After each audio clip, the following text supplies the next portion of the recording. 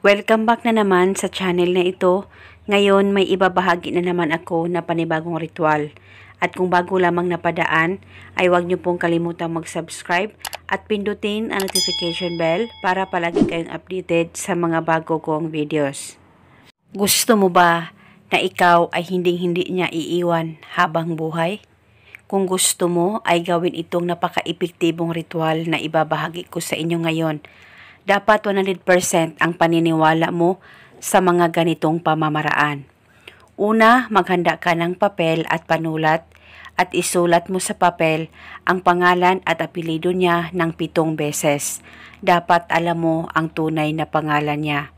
At pagkatapos, kumuha ka lamang ng kaunting laway mo at ipahid mo lamang ito sa pangalan niya na nakasulat sa papel.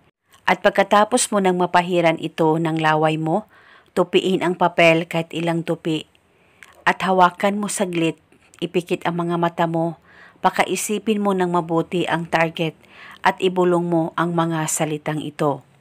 Pangalan at apelyido, ako ay hindi mo iiwan habang buhay. Ibulong mo lamang ito ng 7 beses. At pagkatapos, pwede mo nang dalhin itong ritual, ilagay sa bulsa mo, sa wallet mo o di kaya sa bag mo.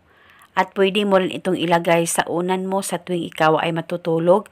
Ilagay lamang ito sa loob ng punda ng unan mo. At kahit ilan pa ang ritual na nasa unan mo, pag ipunin mo lahat ay wala pong problema.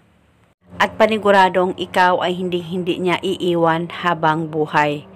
At pwede mong bulungan ito paminsan-minsan lang kung may time po kayo.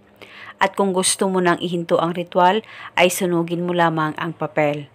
At pwede mo naman itong itago pang matagalan. At ito muna sa ngayon, maraming salamat po sa panonood. May God bless us all.